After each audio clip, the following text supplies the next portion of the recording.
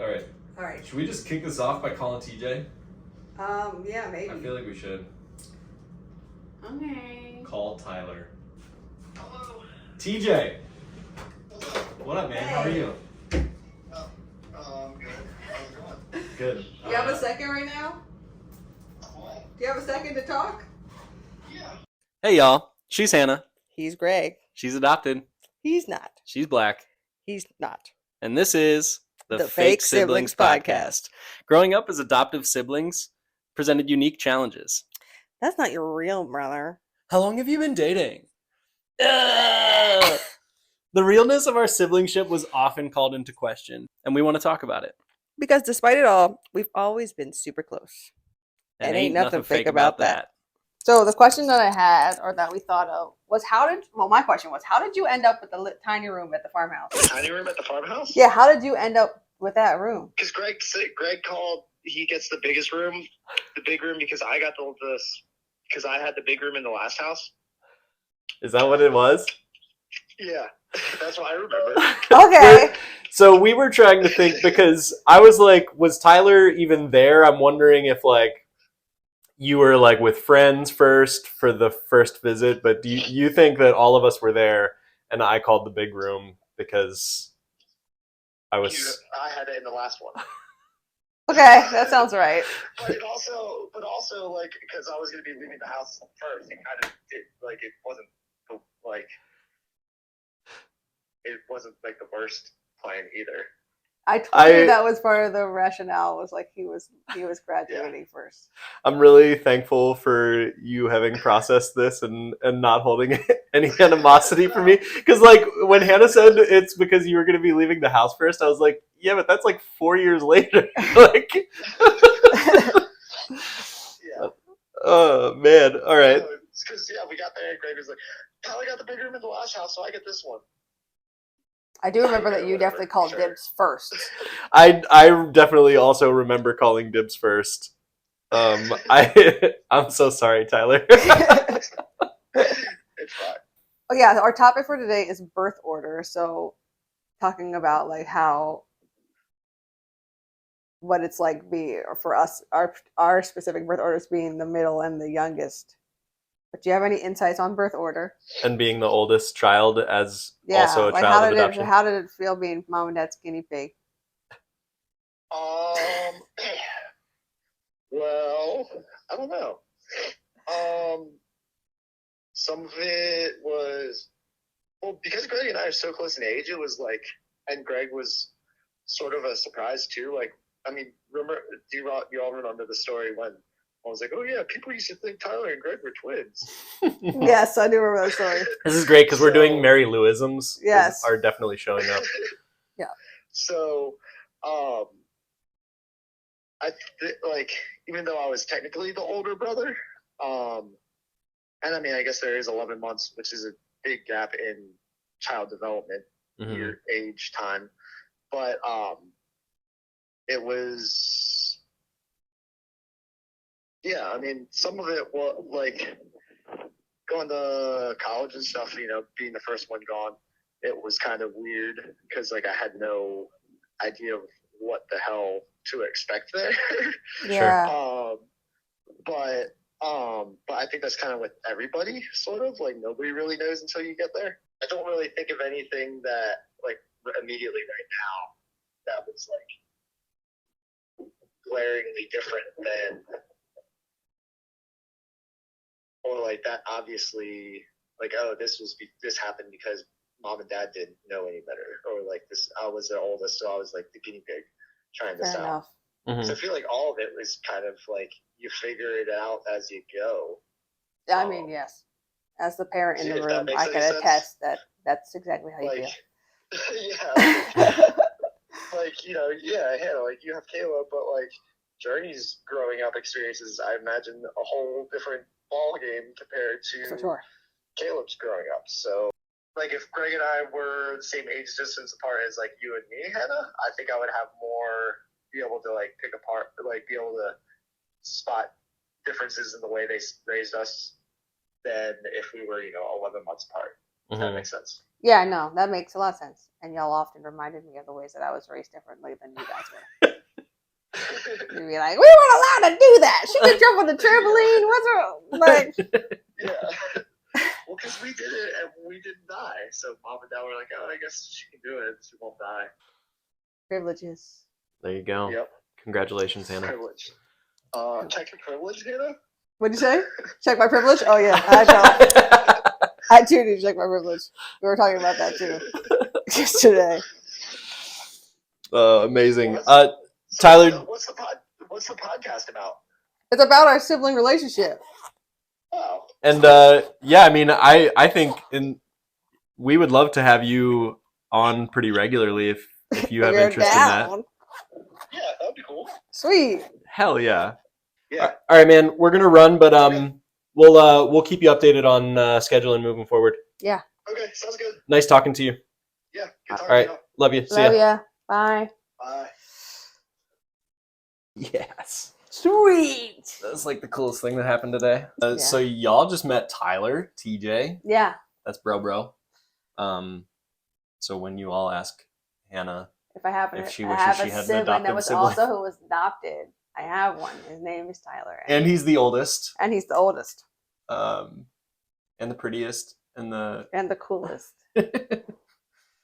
Well, people say that I'm the coolest, but I would offer you Tyler as a rebuttal. Yeah, it's just because they don't know Tyler. There really is. And he's you like, are pretty cool, but he's Tyler's shrouded in mystery. Yeah. Which makes him so much cooler. But I always feel like whenever we get together, I just we'll sit around the table and just listen to him for hours. Yeah. Because he's so smart. He's and so well read. smart. And he's always been that way. All right, we've got. Okay, yeah. So look, we're what good. are all these bullet points?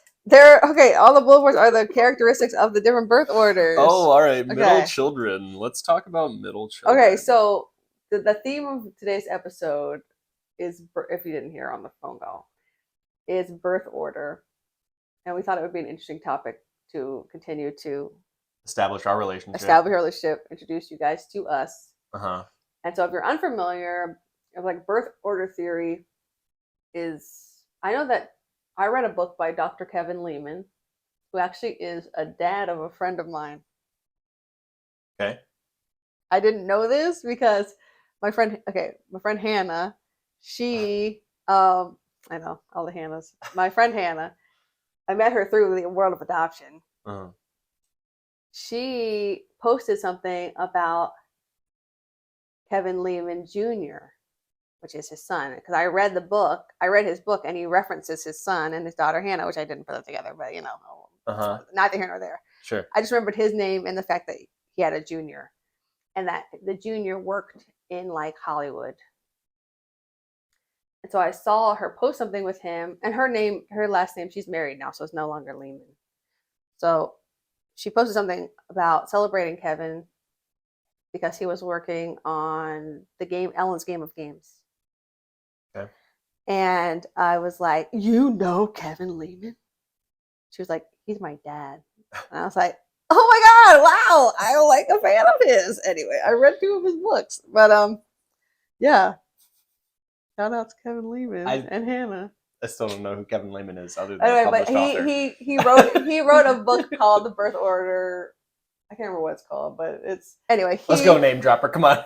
I should know, but he walks through the birth order theory and studies about it, and kind of breaks down each birth order from only child to eldest child to middle child to youngest child.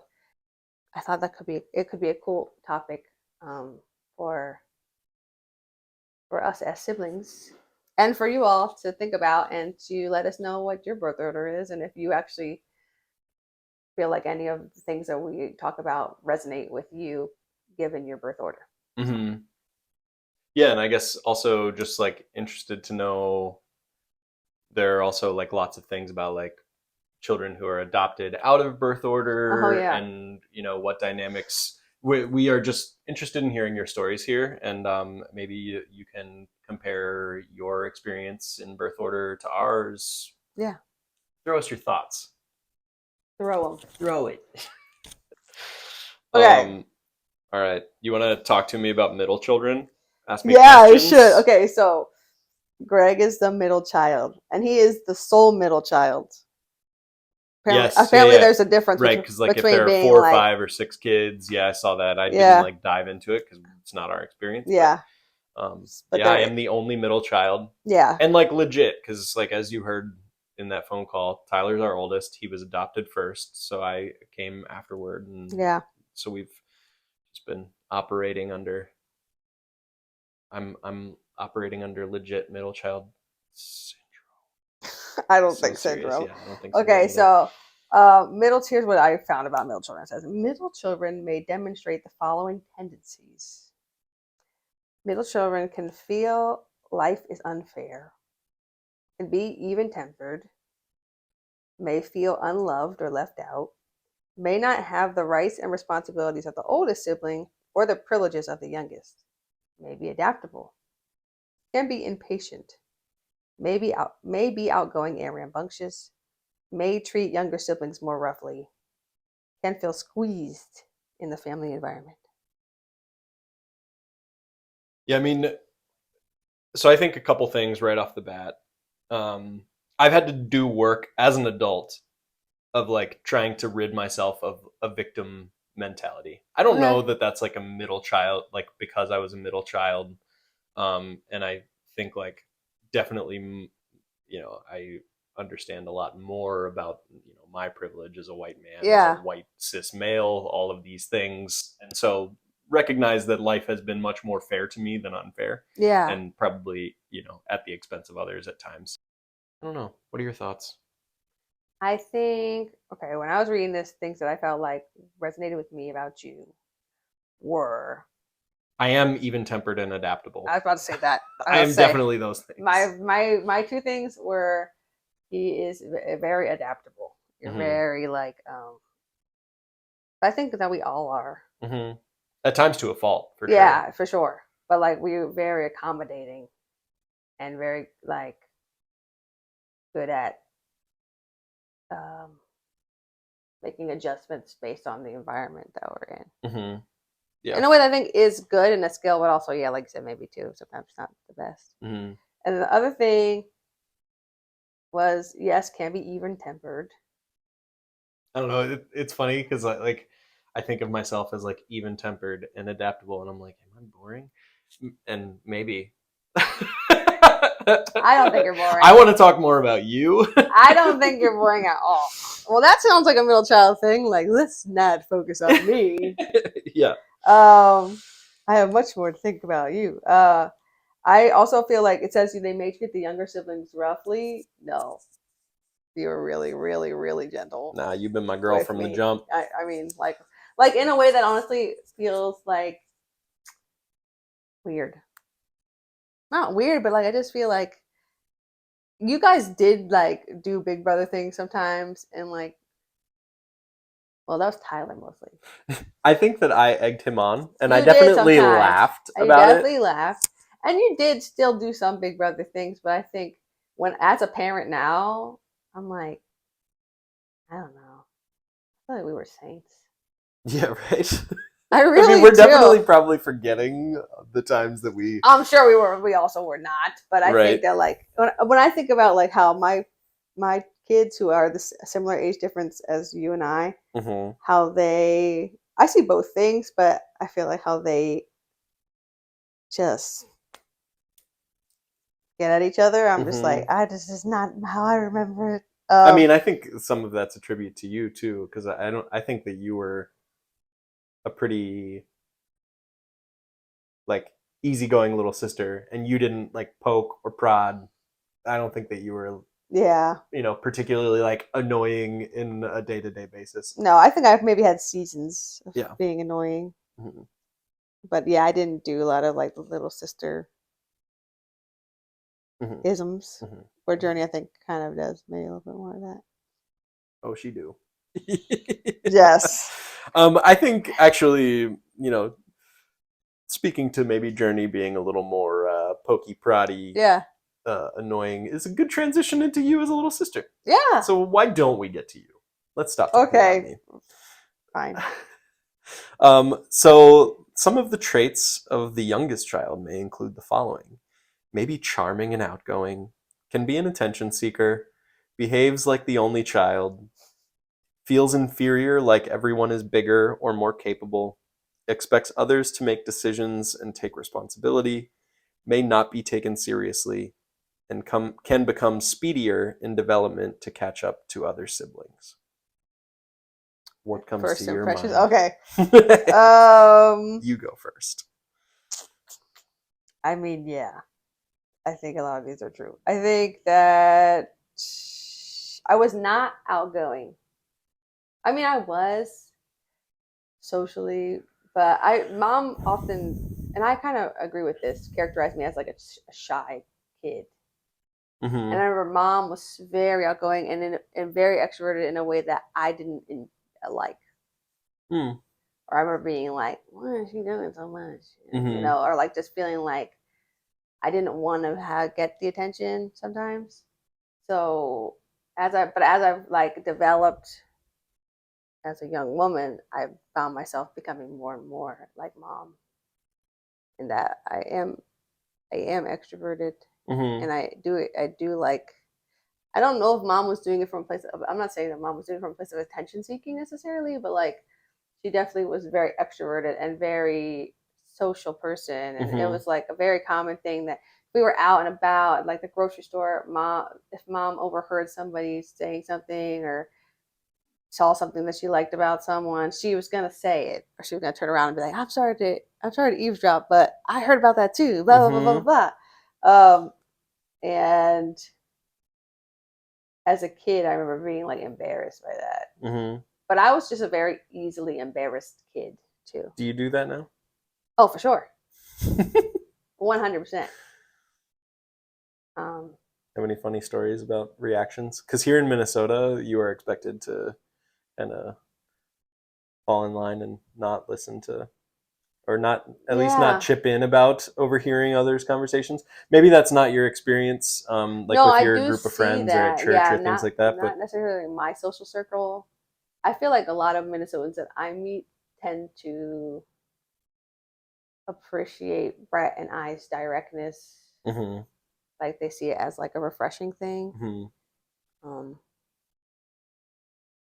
or like our willingness to kind of put ourselves, like even Brett, like he's definitely the introvert between our pairing, and um, Brett, my husband, clarify. Mm-hmm. And he even here though he's kind of More more extroverted than most. extroverted than most, Mm-hmm. even as like an introvert. Yeah. He's already like doing quite a bit of stuff at our church and leading, and like now after church, I have to get him to stop talking to people so that we can leave, which is typically like my MO. Yeah, I mean, I think it's funny that you refer to him as an introvert, um, because, yeah, definitely like what I see amongst your friend group and things like that is Brett is a confident Yeah. man who I think recognizes like his leadership capacity and things like Yeah. that, and I think that some of that is comes through his development through work and things like that. I think he knows how to use it tactfully, Mm-hmm. and also when he feels like with our close friends, like a true introvert, I feel like when he's with people that he feels comfortable and safe with, he's very comfortable, but he Mm-hmm. still like needs more of that internal time to recover. Yeah. Oh yeah. Yeah. Yeah. Sure. Whereas like he doesn't, like I feel energized by it. Okay.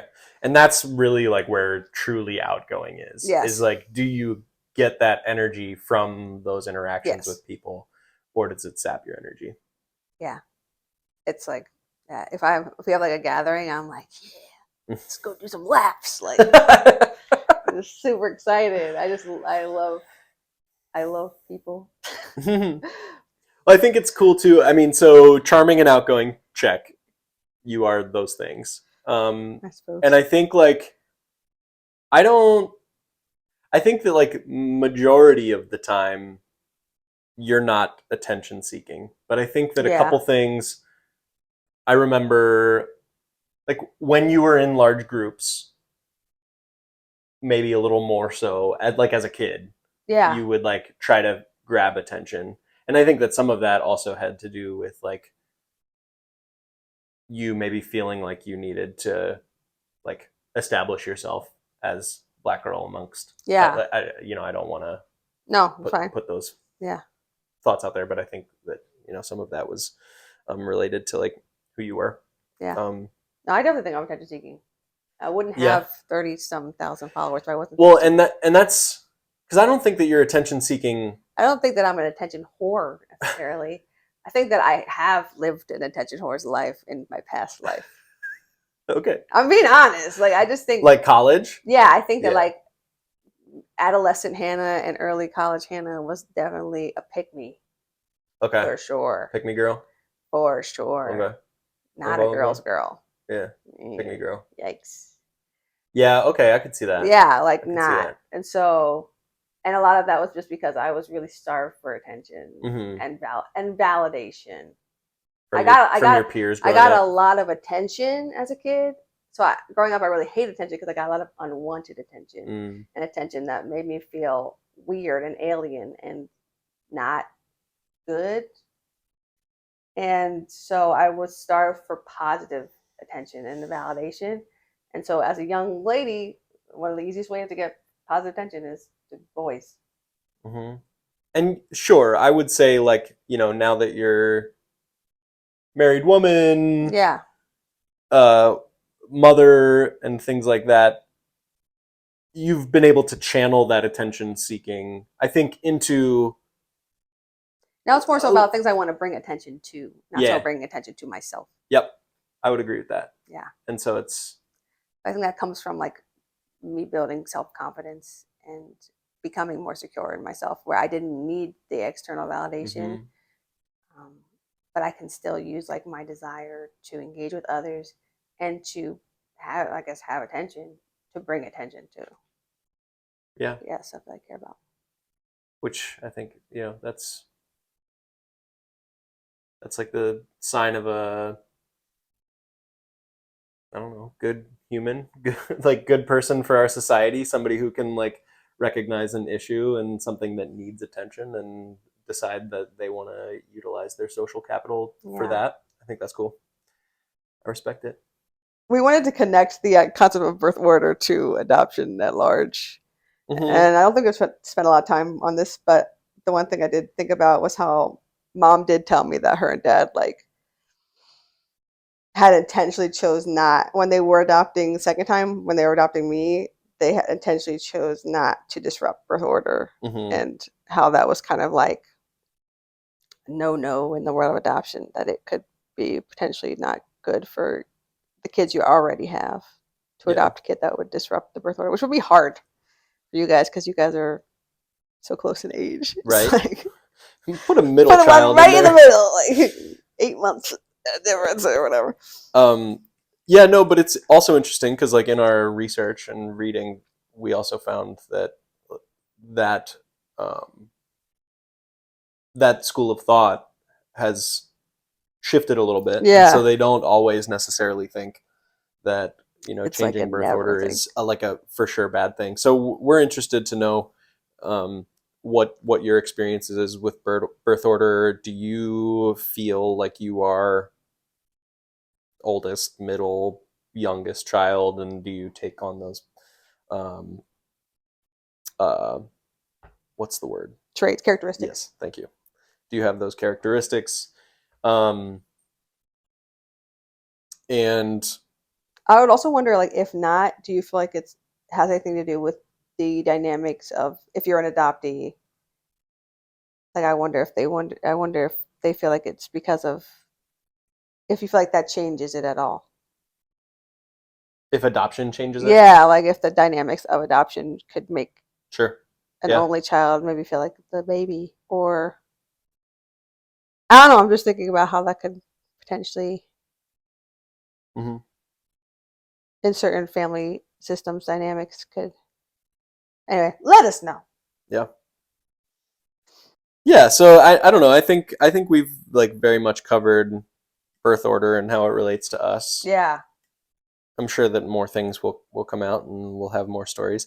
Um, which maybe brings us to this question: what kind of jealousy issues arose between the two of you? Amanda R asks, what kind of jealousy issues arose between the two of you? How did you work through them? I'll go first. Yeah. Did you have any jealousy issues? I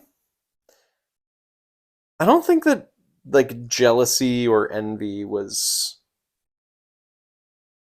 I don't know. I really am trying to think about this, and maybe should have tried to think of something beforehand. Right. Um, I can't think of a story or an experience right off the bat here where I felt jealousy. Yeah. I don't know if you.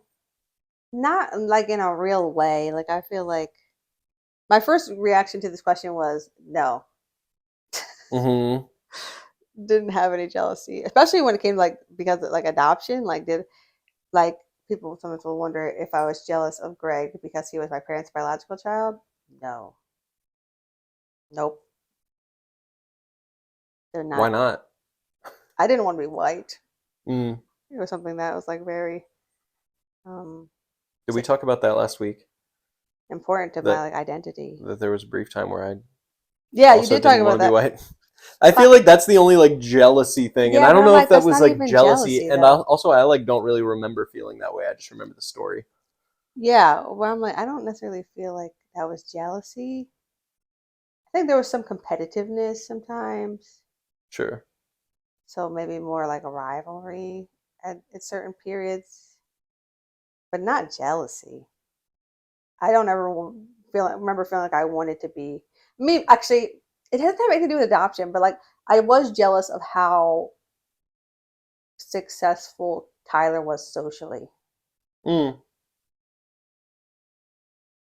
Like I just felt like it was really hard for me to like um feel successful socially. And I don't think Mm. that all of it. I think some of it was imagined by me. Let me also say that. Sure. I think that there definitely were like social things that I was navigating and definitely like racism and bias and discrimination. But like when I look back on over my life, I generally had good rapport with almost everyone that I engaged with. I had a few I had a few people that were just jerks. But like most people were I feel like I was generally well liked by most of my peers. Hmm. I also think like that maybe that jealousy that you had toward Tyler also. I mean, I think about a lot of the friendships that I had, and I didn't have a lot of my own friendships. Like I had like Chris and Will and Dan and like Yeah. some of the guys that I would hang out with. But I was like, I mean, and like then that group of Yeah. guys. But when I think about like other friends that I had, a lot of them were from Tyler's network. Yeah. So like Matt and other Chris, and, like Yeah. all of these guys. And I think I don't know. It's just interesting to think about that. That maybe our jealousy is directed toward Tyler more than toward Each each other. other. I mean, yeah, I was jealous of that, and I was jealous of like how you guys had like girlfriends, not boyfriends, girlfriends. Hmm. I mean, nothing wrong with them having boyfriends, but they just didn't have Yep. boyfriends, and Hmm. had like the all right time finding them. I don't know. Again, it speaks to like that jealousy about social success. Just felt like I was trying to do the same things and just not having the same results. Yeah, and I mean, I think like I can see that, and I think in high school and branching out and like going to Lancaster more often, you Yeah, like found guys that you liked and things like that. But I yeah. also understand that like that wasn't in Lidditz, that wasn't at It's school, not the that and like same. right wasn't Yeah. as like easy. No, it was like, and it was, I had to do all of that in order to be chosen. And so it makes you feel like inadequate. Hmm. So yeah, but I feel again, I wasn't necessarily, it wasn't like feelings of like, oh, I'm so mad at them for being able to do that. It was just like I want to do that too. Like Mm-hmm. I admired them, and so I wanted to like similarly have similar experiences. Mm-hmm. That's like maybe just like the origin story of your attention seeking. Oh, for sure. I mean, it's way before that, but yeah, Sure. it's just like lots of early rejections. Yeah. But I think that like the reason why I've had a lot of success in the long run is because I yes, I experienced a lot of rejections, but like I still thought that I should get accepted somewhere. I love this because I don't know, I think that this is like a really cool culmination, Yeah. right? Because I think that like, you know, talking birth order and attention seeking and all of these things, you were maybe jealous but not jealous, but like envious of, you know, Tyler and I's partners, whatever. Right. You saw what you wanted. You understood that and rather than being like, woe is me, how could that ever happen? You're like, no, I actually am the best. And That probably speaks to somebody's gonna figure it out. the younger child thing too, because it's just like, no, I've been being worshipped my whole life. So, like, and let's just tell it how it is here. You are the best, and so it's like I know that it's not like I know it's not because I'm not a catch. Can't be that. mm-hmm. Well, no, I did. I definitely did. Let me not like. I definitely did feel that way at times, but I think that there was. I remember talking to a friend of mine, April Dinwoody, who's another adoptee creator, and she was saying like when it came to when I went to go put myself out in Black community, like what did you do in the situation? And I was just like I was kind of relentless, Mm. and I feel like I was that way socially at home too, in that like you know that Diana Ross song, you know, I'm gonna make you love me. I think we can close the book on I episode think so too. I think this is good stuff. I'm happy to. This is so cool. I just think that this is amazing, and each week I'm gonna learn more things. You know, I feel like I know you so well, but also I just think like the more that we have these intimate conversations, the more we're gonna know about each other, and like some of the realizations that we've had as adults, and I think that's a super cool um, thing. So I'm stoked. Maybe we'll have TJ for the entirety of episode 3. Who knows? That would be cool. Gonna have to watch, listen, watch, find out. All right, that's a wrap. Okay. Thanks for listening to the Fake Siblings podcast. And before you shut this off, we have a few simple requests. 1, subscribe to the pod. B, leave us a glowing review. 3rd, follow us on all the socials at Fake Siblings Pod. We release new episodes every Wednesday, so until next time. Thank you for listening. Bye, y'all. I mean, first try. Okay.